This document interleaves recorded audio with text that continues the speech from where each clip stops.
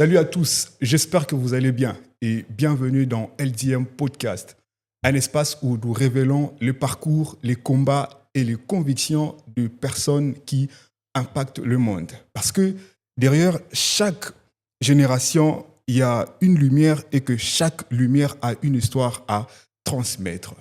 Bienvenue encore une fois et moi, je suis Jefté Matondo. Avec moi, nous allons essayer ensemble d'échanger avec nos différents invités.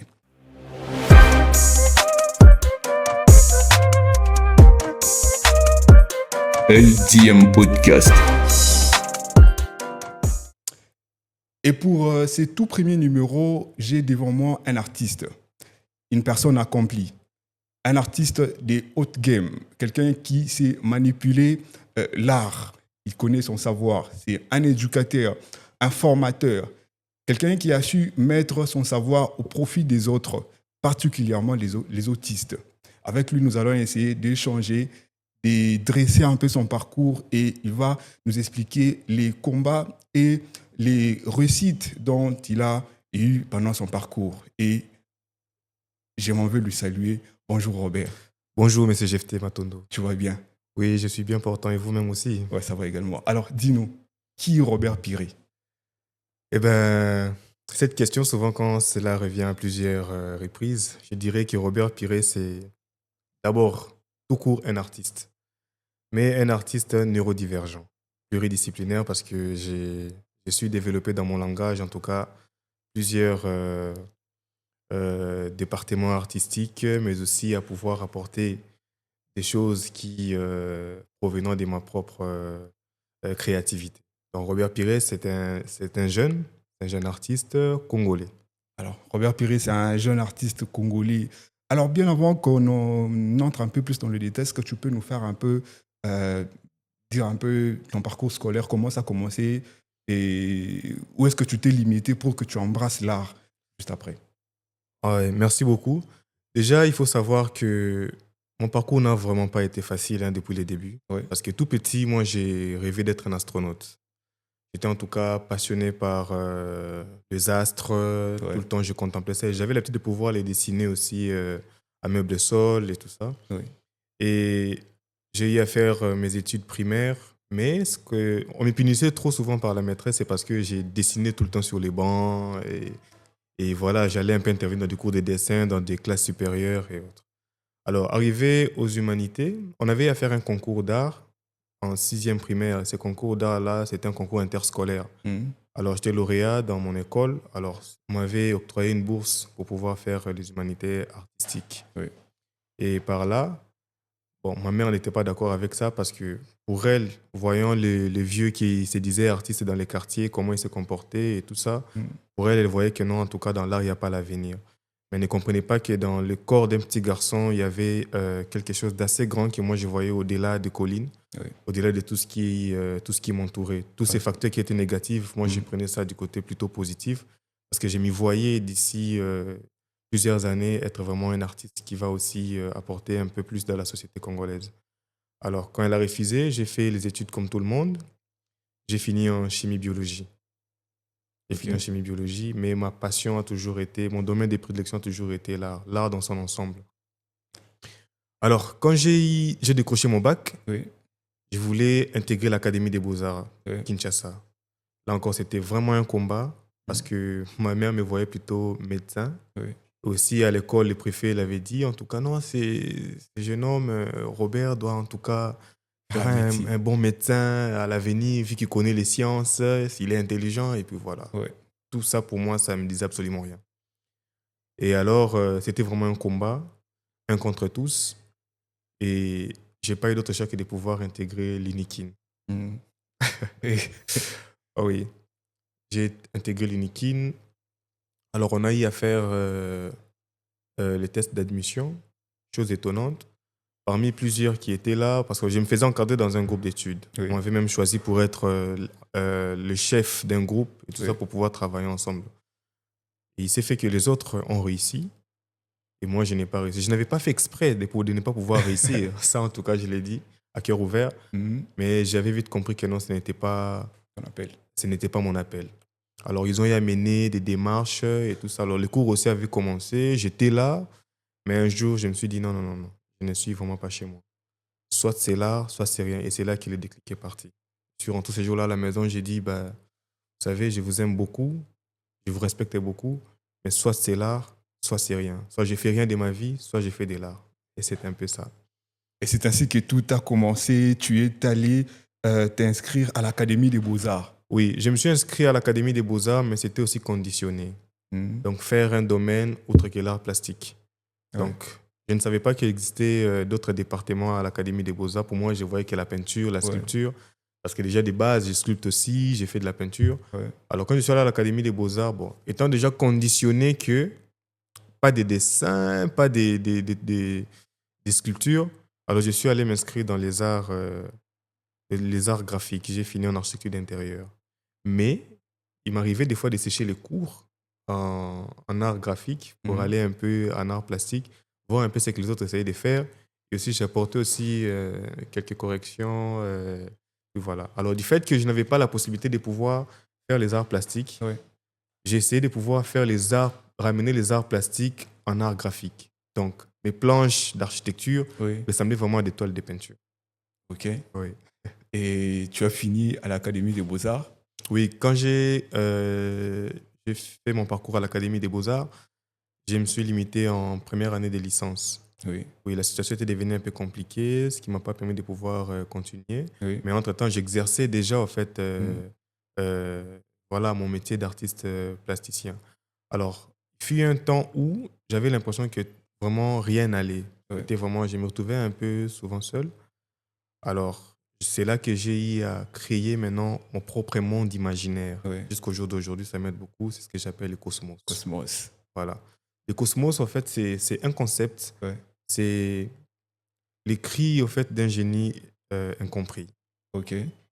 Donc, toi, tu te disais que tu étais incompris par la maison, premièrement, Oui. où maman voulait à ce que tu fasses la médecine, ton entourage voulait à ce que tu fasses la médecine. Mhm. Et après, c'est venu l'idée de créer le cosmos. Voilà. Tu te sentais incompris ou tu te sens incompris jusqu'aujourd'hui?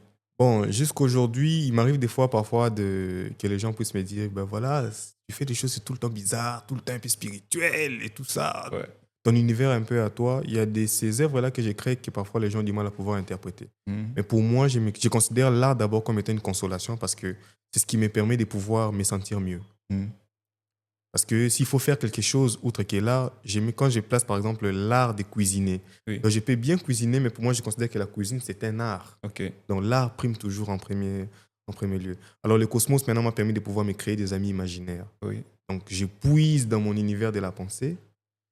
Je considère que les vaisseaux sanguins, les cerveaux, mon corps d'abord, c'est un art. Mhm. Alors, parfois, il m'arrive des fois de pouvoir trop souvent peindre la nuit. Parce que j'ai peigné souvent la nuit, parce que je ne voulais pas qu'on puisse voilà, abîmer ce que j'ai fait. Ou quoi.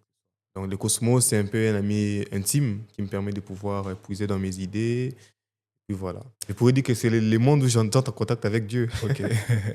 Alors, après tous ces parcours, et aujourd'hui, quand même, Robert, tu t'es imposé dans la sphère, je dirais même à Kinshasa, parce que tu as même voyagé à travers le monde entier, tu as eu à faire découvrir ton art un peu plus partout. Qu'est-ce que maman dit? Quelles sont les impressions de maman actuellement? Est-ce qu'elle s'est dit, voilà, mon fils avait raison ou bien elle n'est pas toujours... Quelles sont ses impressions actuellement? Bon, en tout cas, maman est très fière.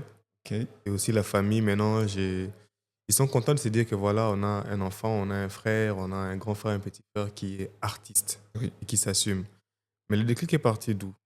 Il fut un temps, voilà, je me cherchais. Oui. On se cherche toujours jusqu'au jour d'aujourd'hui. Oui. Certains vont dire que non, voilà, il est accompli. Mais moi, je considère que voilà, c'est un processus. Vous voyez, j'apprends tous les jours. Même façon, nous sommes là, je suis en train d'apprendre avec mes CGFT. Oui. Voilà, c'est tenir devant une caméra, parler et tout ça. Oui. Alors, le déclic est venu lorsque le moment où j'ai eu à avoir ces penchants en fait à l'autisme. Oui. Ah, Voyez? l'autisme. Ces penchants à l'autisme. Je pourrais dire que non, cela a vraiment influencé ma carrière jusqu'au jour d'aujourd'hui. OK. Ces mots-là que beaucoup ne connaissent pas, l'univers que beaucoup ne connaissent pas. Mais je suis comprendre cette pensée et j'essaie même de pouvoir transmettre ça à travers mes toiles. Ok. Alors, ces concepts-là qui a vraiment influencé une grande partie. C'est parce que quand j'ai découvert ces concepts de l'autisme, que j'avais à faire tout ce que je faisais avant, j'ai mis de côté. Donc, les œuvres d'art que j'ai réalisées auparavant, Oui. j'ai mis de côté. Et par après, j'ai commencé à peindre maintenant sur l'autisme. Je vais faire de l'autisme un courant artistique. Alors, comment est venue cette rencontre? Parce que les autistes aussi sont des personnes incomprises, des fois. D'ailleurs, c'est ton univers où tu nous parles du cosmos, un univers où tu t'es senti incompris. Les autistes aussi, de façon, sont incompris. Exactement. Voilà. Alors, comment tu t'es rencontré, au fait, avec ce monde des autismes et ton univers à toi, les cosmos? Ah, Monsieur Jefté Matondo, vous savez qu'à Kinshasa, comme on dit, si tu cherches pas, oh là, Lanzala. Effectivement. Vous voyez un peu. Alors, étant jeune, curieux, j'avais l'habitude de pouvoir faire des petits jobs un peu à côté. Oui. J'étais dessinateur dans un journal diplomatique, Congo Diplomatie à l'époque.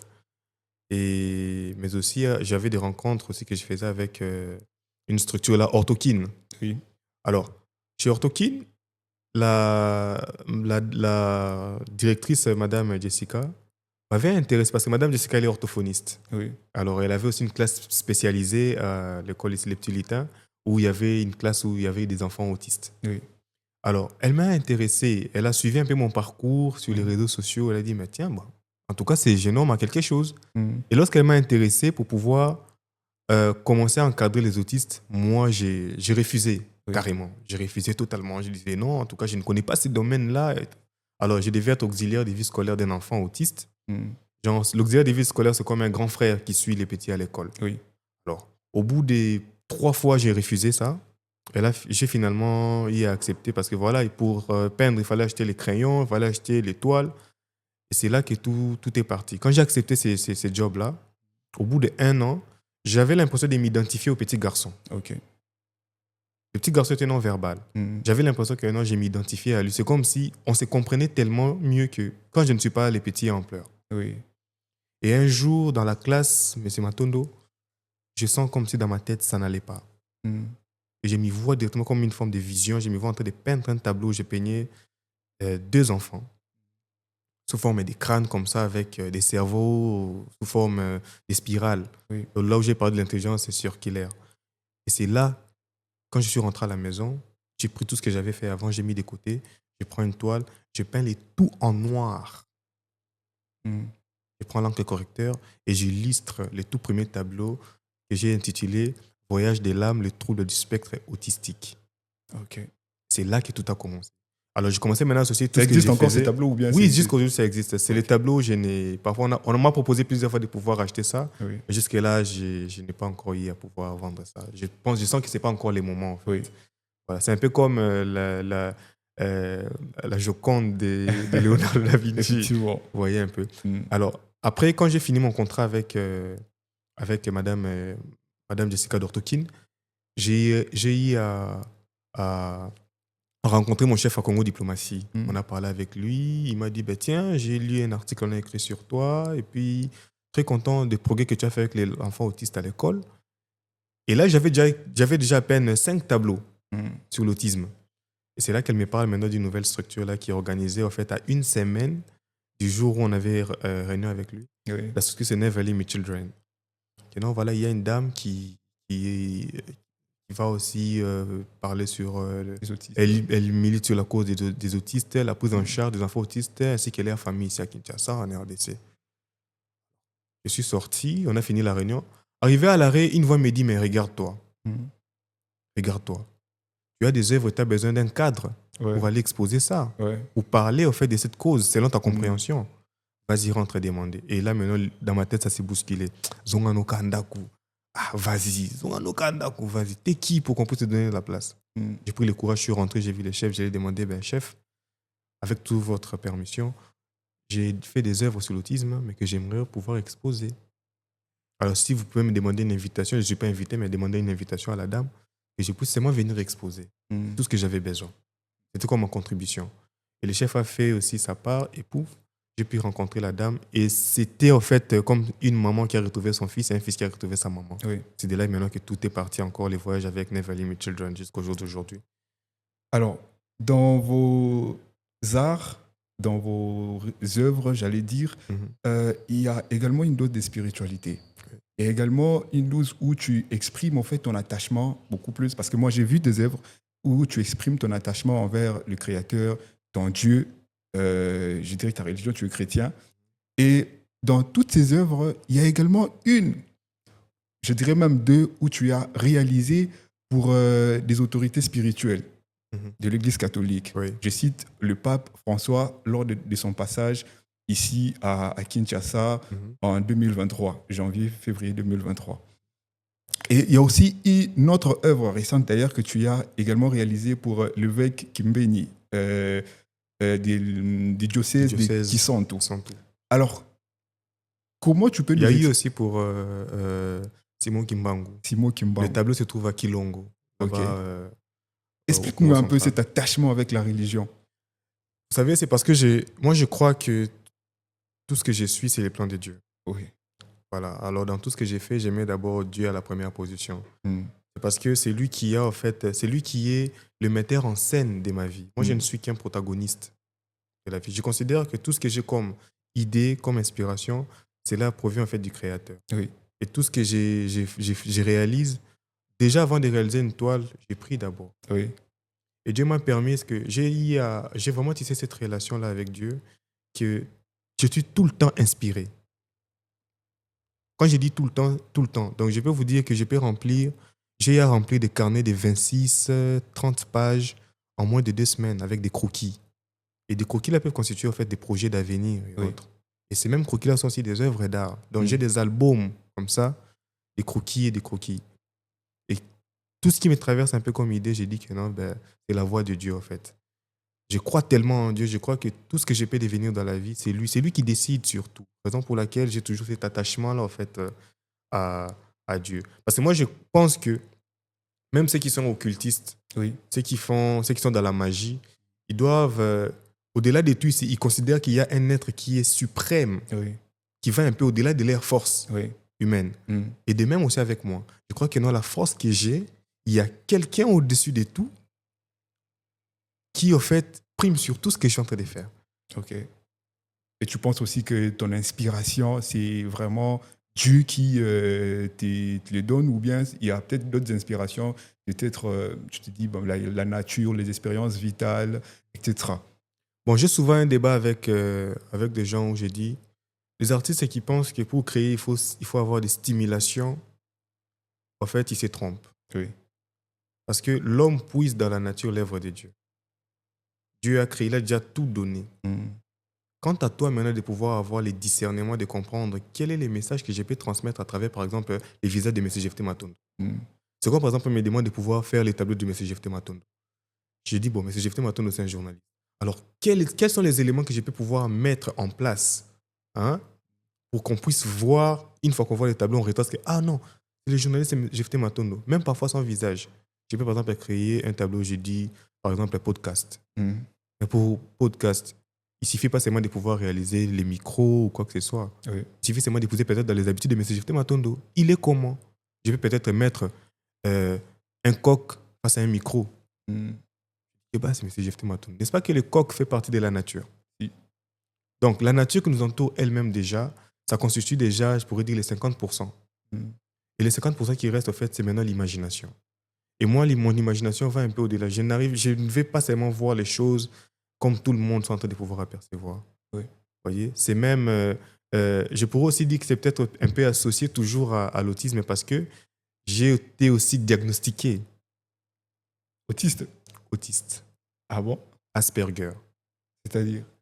En fait, dans l'autisme, on parle du spectre de l'autisme. C'est très vaste. Et une rivière est constituée de plusieurs gouttes.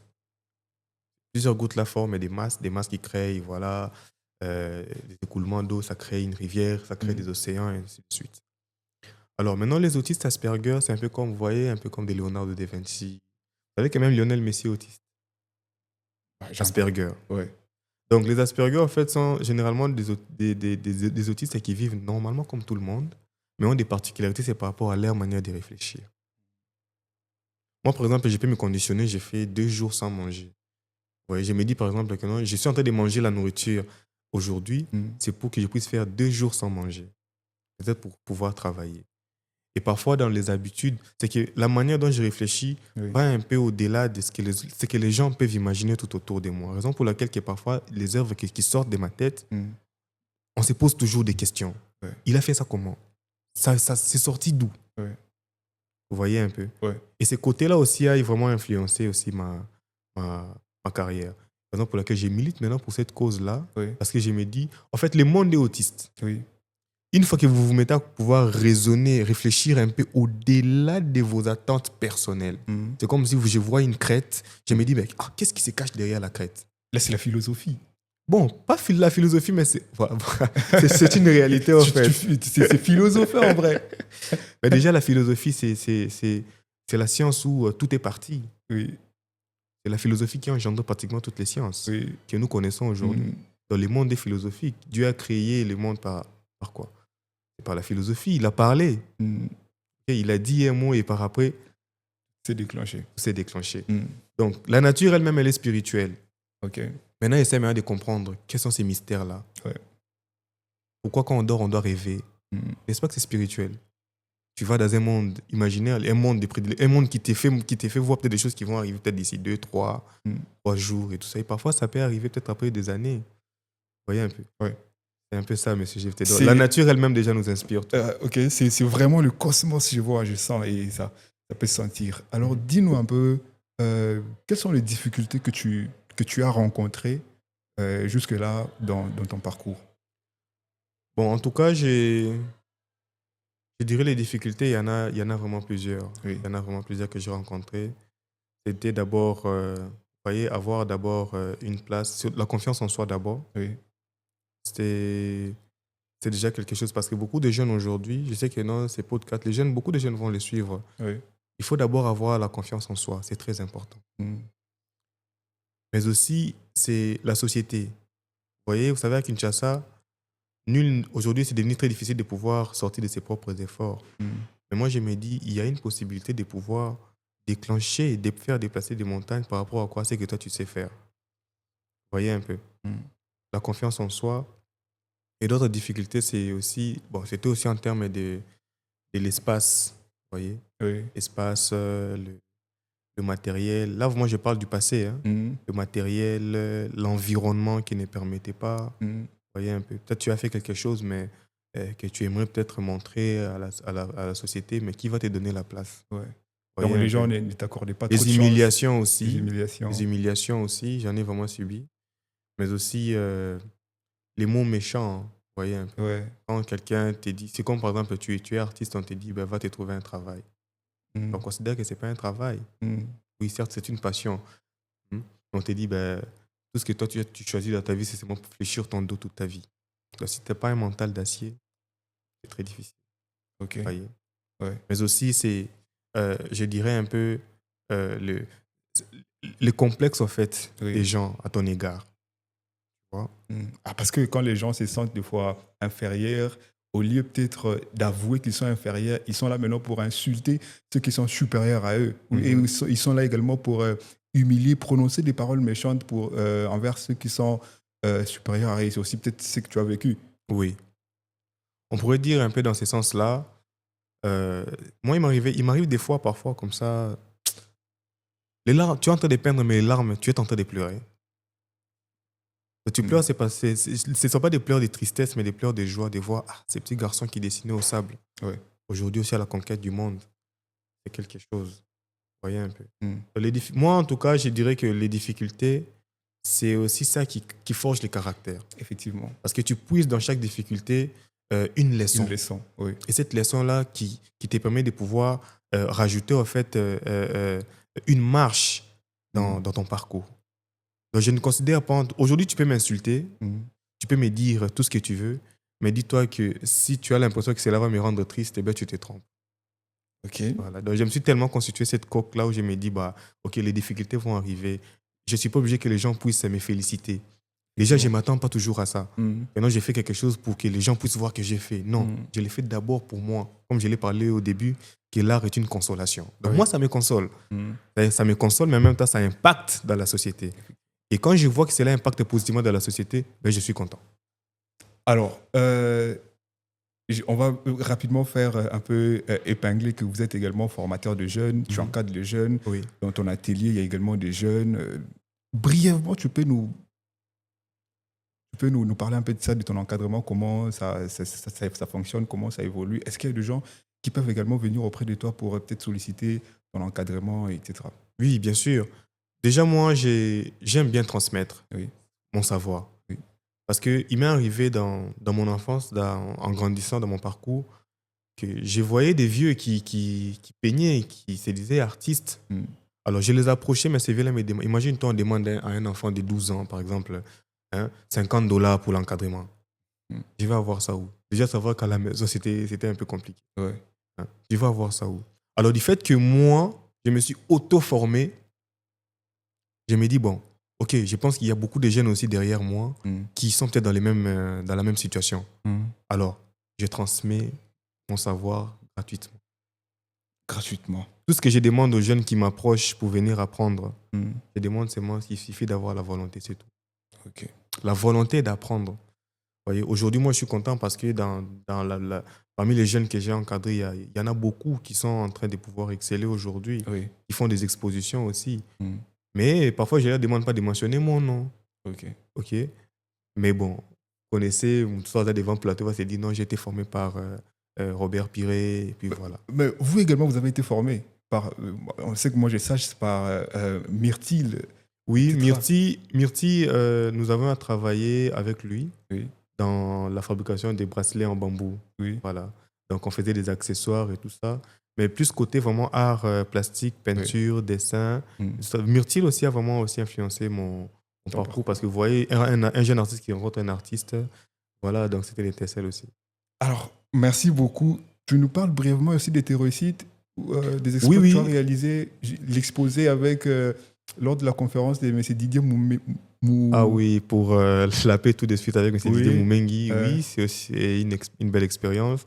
Aussi, l'après-Goma aussi qu'on a eu à voir, parce que là-bas, j'avais réalisé des tableaux avec les jeunes dans des camps, des réfugiés. Alors aussi, pendant les Makutano, aussi, j'ai exposé. En tout cas, chaque année, pour la journée mondiale de l'autisme, j'expose aussi toujours des toiles. En tout cas, récemment aussi, même avec les prix et les Mboyasika, avec Africell. En tout cas, le parcours, ça continue toujours. Beaucoup de réussites. Oui, beaucoup de réussites, mais beaucoup de leçons aussi derrière. Beaucoup de réussites et beaucoup de leçons. Merci beaucoup, Robert Piré, d'avoir été nôtre. Je crois que nous sommes déjà presque à la fin. Il y a les jeunes qui vont te suivre. D'ailleurs, ils sont nombreux qui te suivent déjà à ces moments. Quel est le message que tu peux leur adresser? Bon, voilà. Chers jeunes, vous qui me suivez partout dans le monde, croyez en vous. Croyez en ce que vous faites. Dites-vous que la vie, c'est parfois un peu comme un GPS. Vous savez que le GPS ne dit jamais que vous avez fait une erreur. Le GPS essaie de retracer l'autre itinéraire. Quand tu prends peut-être la route, il te dit, il ne va pas te dire que non, tu t'es trompé à gauche. Non, il va te dire nouvel itinéraire en cours. Ce qui veut dire que les petits pas que vous êtes en train de faire, c'est quelque chose. Considérez que ce que vous avez en vous comme potentiel peut faire quelque chose. Croyez en Dieu, croyez en vous. Ne négligez pas aussi les relations, c'est très important. Ayez toujours l'amour. L'amour du prochain, c'est très important. Et surtout, n'hésitez toujours pas à faire du bien autour de vous.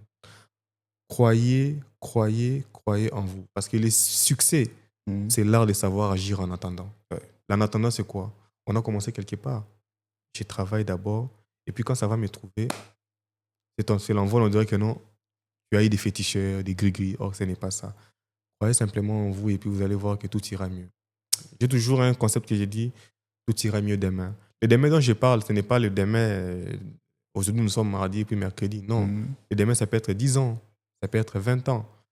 C'est un peu ça. Ok, merci. Croyez en vous, c'est très important parce que si tu crois en toi, tu arriveras également à développer les potentiels que tu as et à y travailler afin que ça donne des fruits dans tout le monde.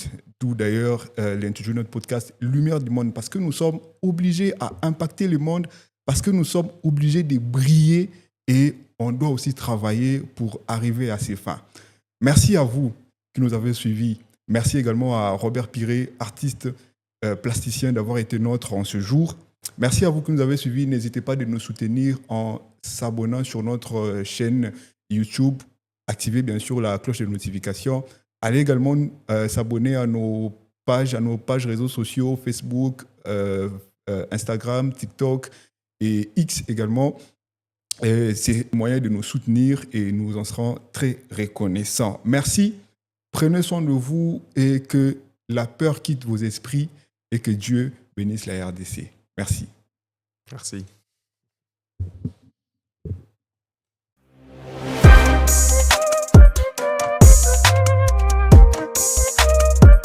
LDM Podcast.